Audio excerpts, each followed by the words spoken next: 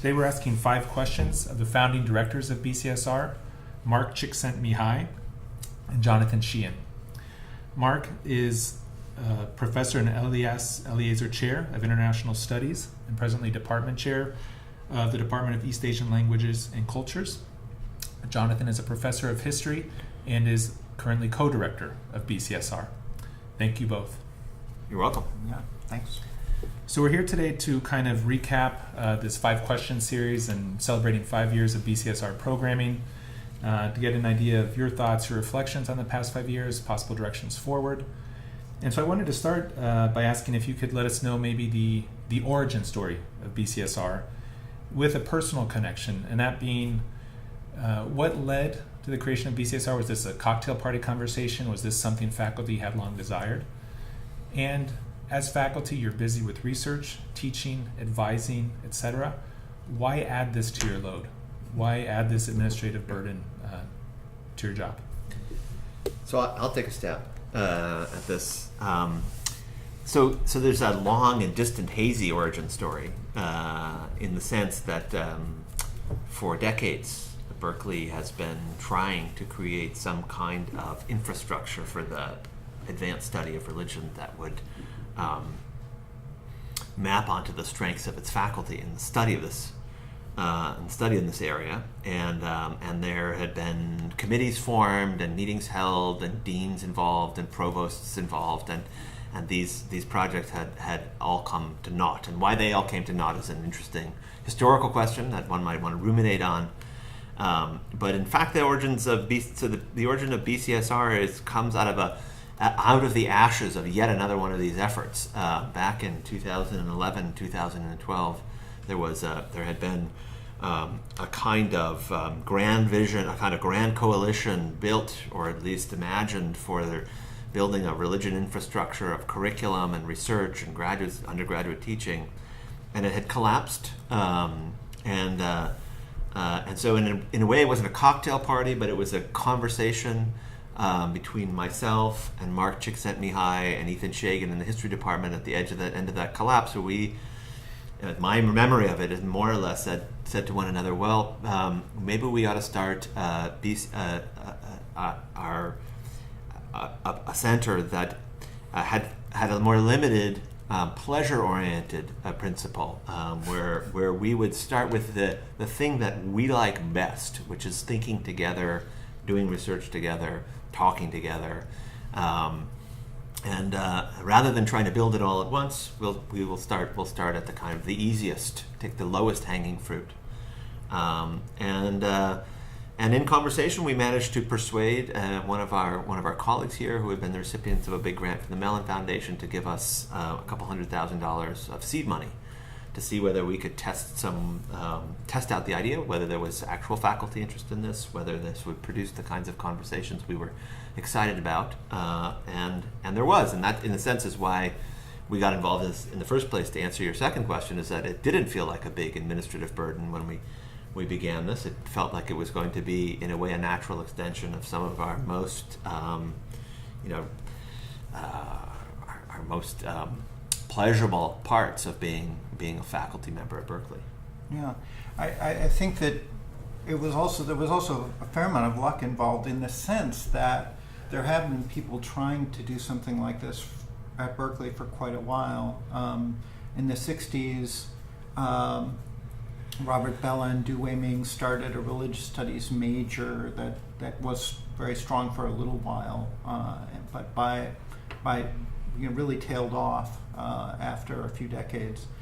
And 2 decades ago, there's an article actually in the journal Religion by someone named Berger Pearson called Religious Studies at Berkeley, where he kind of inveighs against the deans of the time for not understanding the importance of religious studies on campus.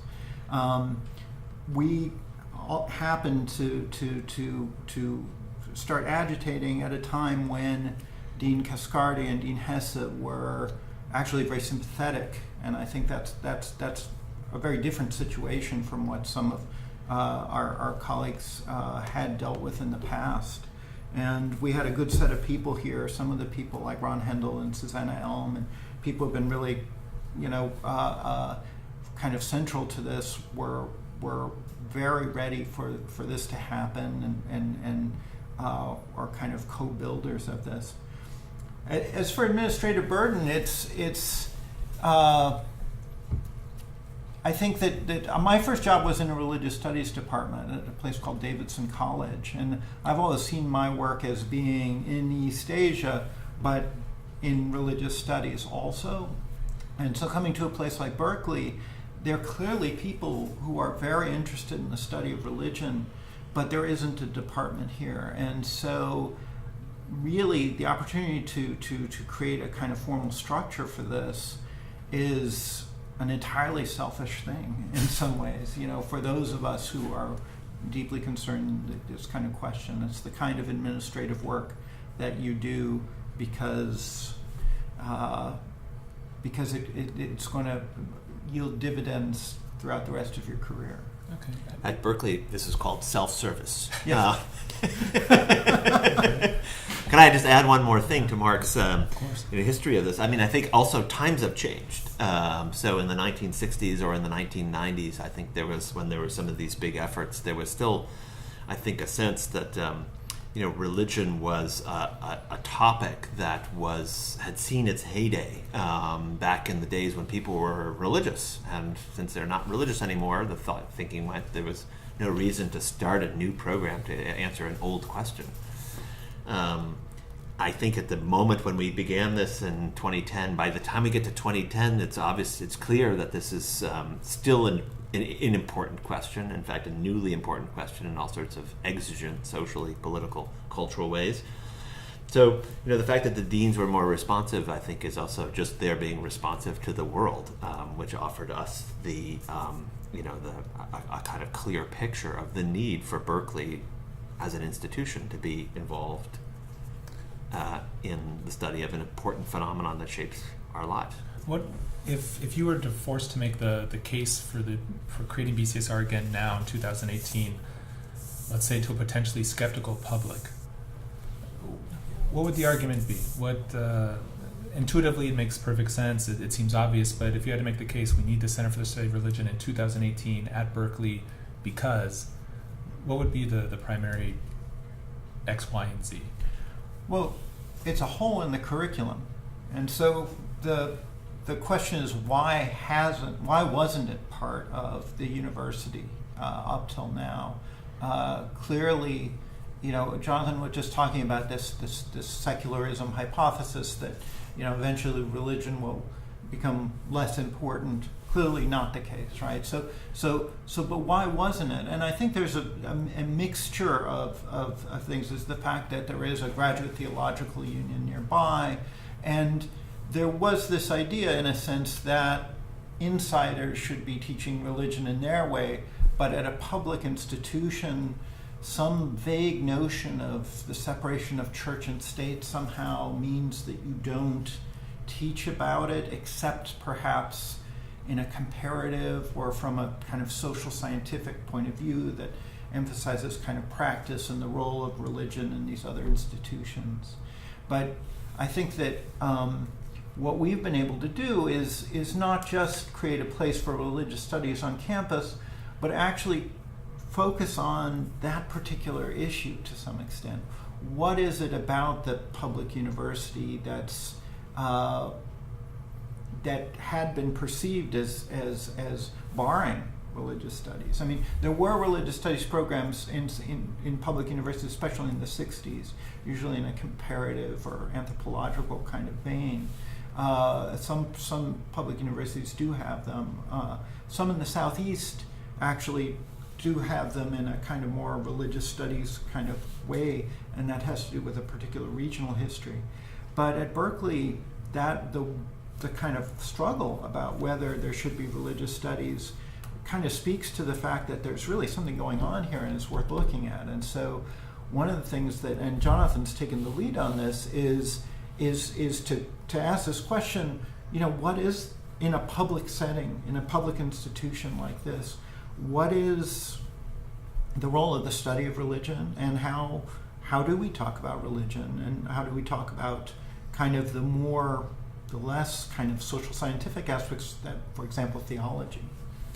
I mean, I'd say, and why 2018 in particular. I think 2018 in particular offers an invitation to places like Berkeley to think about religion precisely because we can observe around us the ways that religion functions in public life in dynamic and impactful ways, as one might say, and so providing the tools to our students and to one another and to a wider public, the tools of analysis, the tools of insight, the tools of history in terms of thinking about our present situation seems all the more important.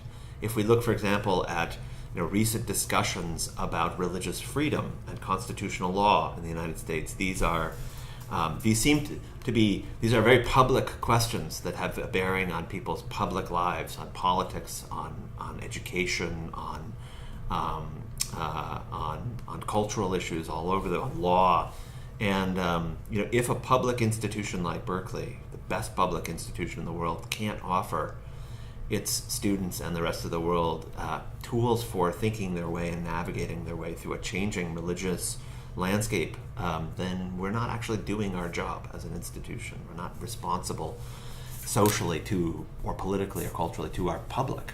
Okay. Building on this line of thought of the public and religion, a key component of BCSR has been the Berkeley Public Theology Program, funded by the Luce Foundation.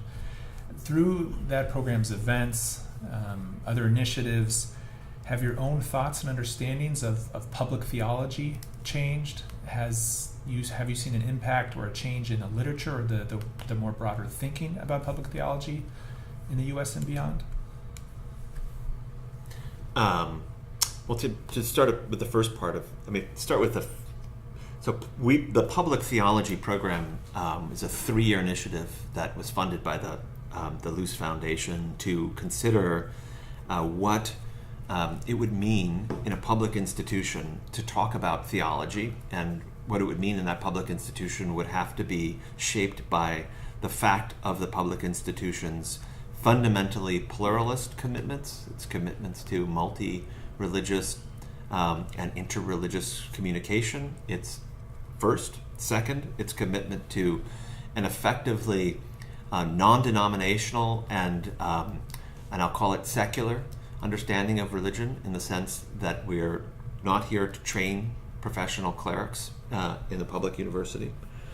And third, that it would be the thinking about theology in the context of a public university would necessarily have as an addressee both the public that we have here among our students, but also the wider public that funds and supports and looks to and thinks alongside of an institution like Berkeley. So from our perspective, the point of putting public theology on the table was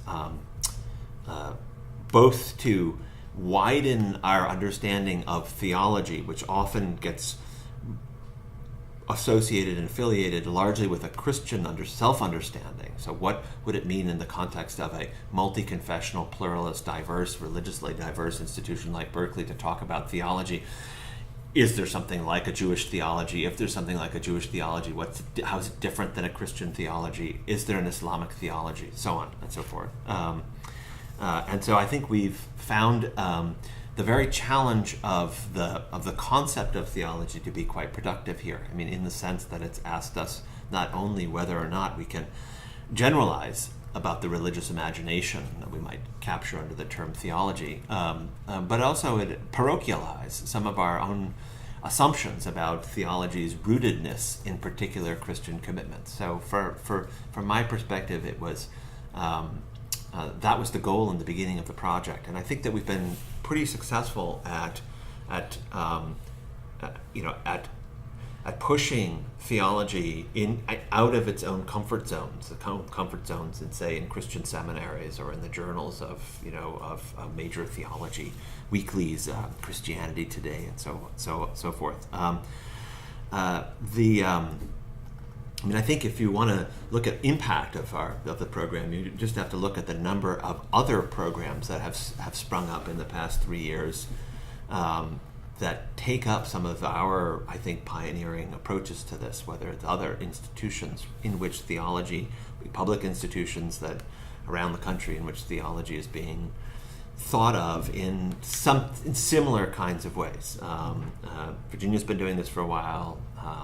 University of California, Santa Barbara, I think, is interested in this. There's a variety of different institutions around. So I don't know what the long-term story will be of the Berkeley public theology program, whether it will shape the conversation for decades to come, but at least in the short term, I think it's opened up a space for conversations across denominations, between religiously committed people and secular researchers. That's also been part of the project. It's invited new people into the university that weren't here beforehand in terms of new audiences for our talks from communities of faith. We've pushed some of our programming out into communities of faith. That's been a challenge, but we've done some of that. And as a result, I think it's made the university available to, or seen as accessible to, a variety of people who might have felt excluded from what they would have seen as its effectively anti-religious commitments, which is often, I think, how people view universities like Berkeley. So yeah, I'd also say there are a couple of axioms we've learned from doing this public theology project. One, from a conference that Charles Hirschkind organized, we realized that anthropologists and theologians have very different approaches to theology. Another one is that theology is a term that's sometimes scary to people outside of Euro-American traditions, who work outside of the so-called Abrahamic traditions.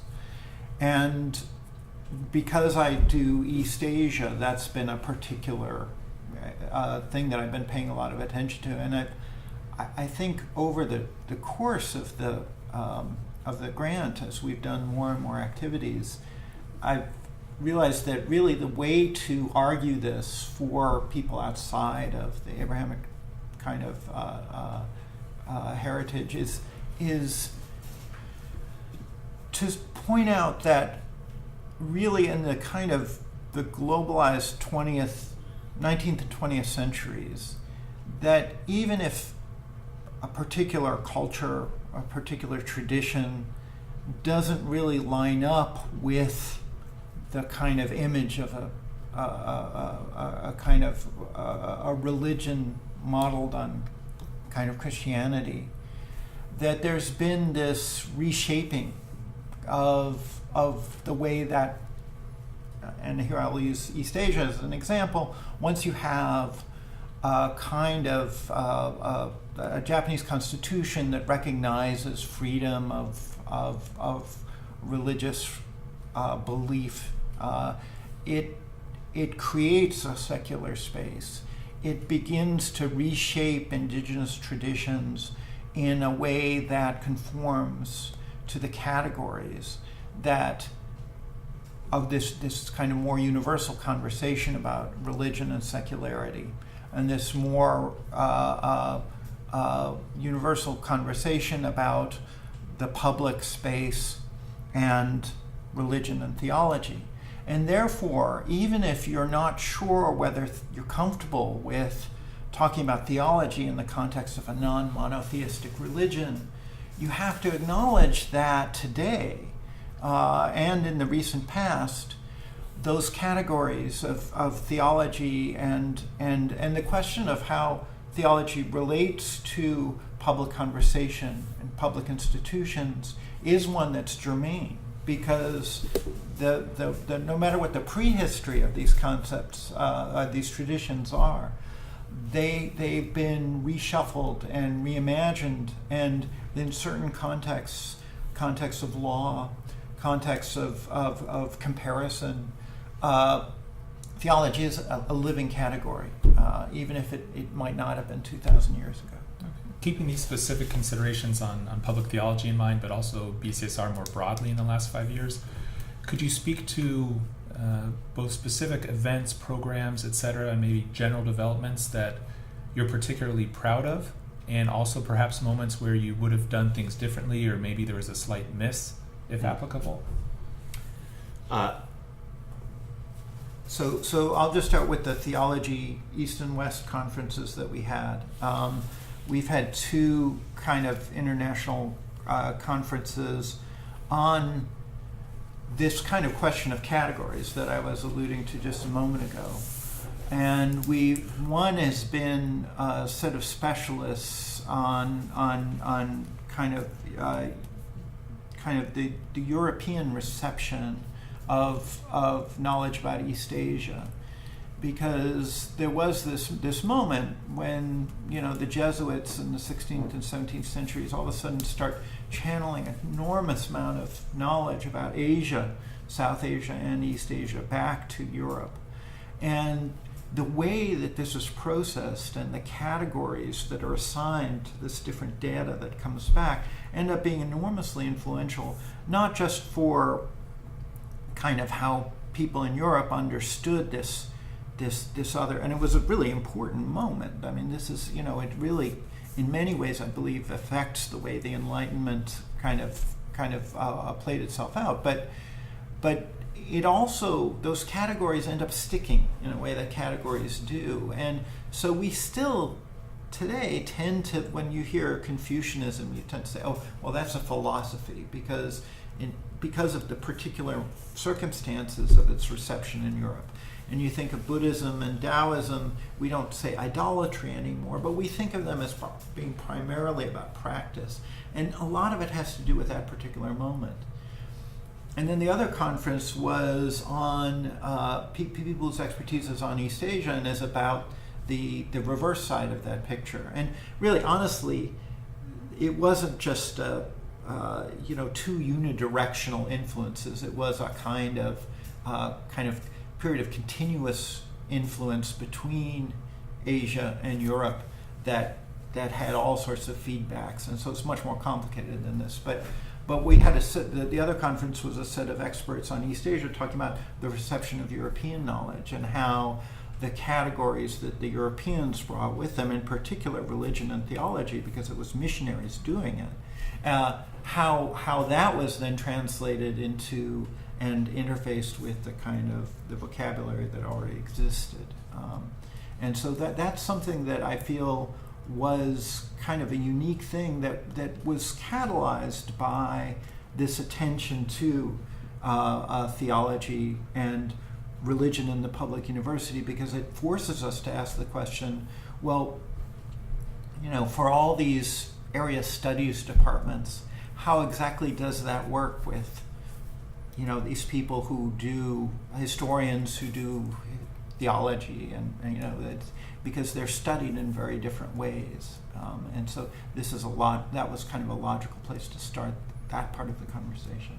Okay. Just generalizing from that, I think what I've been proud of the whole time of BCSR and our public theology project in particular was the way that we put unexpected disciplines into conversation with one another, so that sociologists and anthropologists, as Mark said, don't think about theology. If they think about theology, they don't think about it the same way that a historian of Christianity would, for example. So imagining that the objects that we're studying collectively in the university, and let's call the object religion, needs to and is improved by a kind of multidisciplinary investigation which has attention to different aspects of this subject in people's lives, whether it's people's social lives or political lives or imaginative lives or whatever. It strikes me as wholly both innovative and exciting for the future study of religion, and I think we're modeling that here at Berkeley. I'd say, and we've done this in the various conferences that we've run, Mark's conferences he's talking about. We've got upcoming a big conference on theology in the public university, in which we're trying to put historians, theologians who are not usually typically part of the Berkeley, of people who come to Berkeley to give talks. Theologians don't tend to come here. So religious studies people, anthropologists, legal studies people into conversation. Simply having those voices in the room together, I think, gives us a unique perspective on the objects that we study.